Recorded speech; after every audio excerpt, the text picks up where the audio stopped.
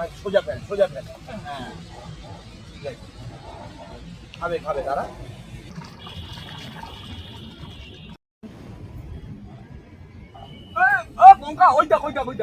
আসছে 4 থেকে মাছের বাজারে অর্থনীতি বোঝানো আমাদের পাড়ার সিপিএম এর বিশিষ্ট অর্থনীতিবিদ কমরেড সিরাজউদ্দিন বসুন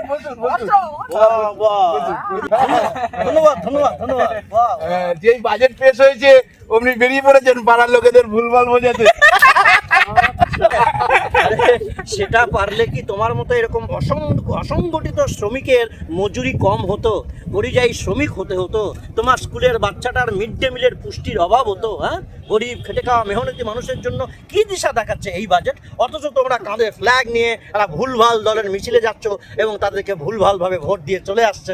আরে ভুল তো সিপিএম করে, সেই ঐতিহাসিক ভুল থেকে শুরু করে তার থামো এই ভুলটা কে বলেছিল? বলতে বললে এগুলো আবার ভুল নাম বলা শুরু করে দেবে। হ্যাঁ, আরে থামবো কেন ভাই? থামবো কেন? সিপিএম এর প্রবীণদের ভুলে নবীনদেরকে ভুগতে হচ্ছে না? ওরে বাবা, সিপিএম প্রবীণেও চলে না, সিপিএম নবীনেও চলে না, সিপিএম চলে তার দলীয় ম্যানিফেস্টোতে। বিশাল জ্ঞান বুঝলি টঙ্কা, সব বুদ্ধিজীবী, কিন্তু বুদ্ধি দিয়ে পার্টিটাকে এখনো দাঁড় করাতে পারলো না। শোনো কমরেড, তোমাদের পার্টিতে এখন দরকার একজন ভোট কুশলী, যে প্ল্যান দেবে, বুদ্ধি দেবে, দিয়ে পার্টিটাকে ঘুরে দাঁড় করিয়ে দেবে, নইলে তোমাদের পার্টিটা দাঁড়ানো সম্ভব নয়।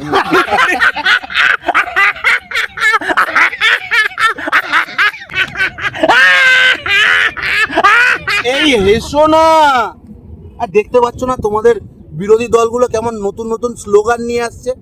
এই স্লোগানগুলো নিয়ে আসে কারা? ভোট কুশলীরা। আরে নতুন নতুন স্লোগান দিয়ে ভোট লুটে নিয়ে যাচ্ছে। আরে ভাই, এদের কর্মীরা তো তাছাড়া খাটেও না, মাথার মধ্যে তো বুদ্ধি শুদ্ধি কিছু নেই, শুধু বুমের সামনে বিবৃতি দেবে। তাই তোমাদের দরকার একজন ভোট কুশলী, যে টাকা নেবে আর তোমাদেরকে বুদ্ধি দেবে, আর তোমাদের টাকা দিয়ে কর্মী হায়ার করতে হবে। বুঝতে পারলে?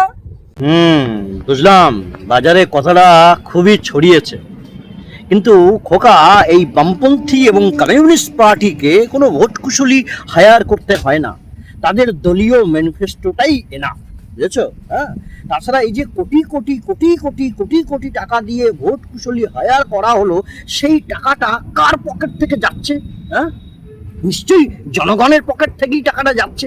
হ্যাঁ, বন্ড, নাম শুনেছো, ভোটের সময় বন্ড বন্ড বন্ড বন্ড কেনা, বন্ড দেওয়া, বন্ড বেচা। হ্যাঁ, তো সেই যে বন্ডে টাকা ইনভেস্ট করেছিল, সেই টাকাটা এই জনগণের পকেট থেকেই তো এখন তোলা হচ্ছে। তাই তো জিনিসপত্রের দাম এরকম চরম বেড়ে উঠেছে, বুঝেছো? হ্যাঁ, বামপন্থী দলকে ডানপন্থী বানাবার এরকম মূর্খের বুদ্ধি তোমরা সারা পাড়া জুড়ে সেই মূর্খ বর্বর গুলো দিয়ে যাচ্ছে, মূর্খ বর্বর। আলাম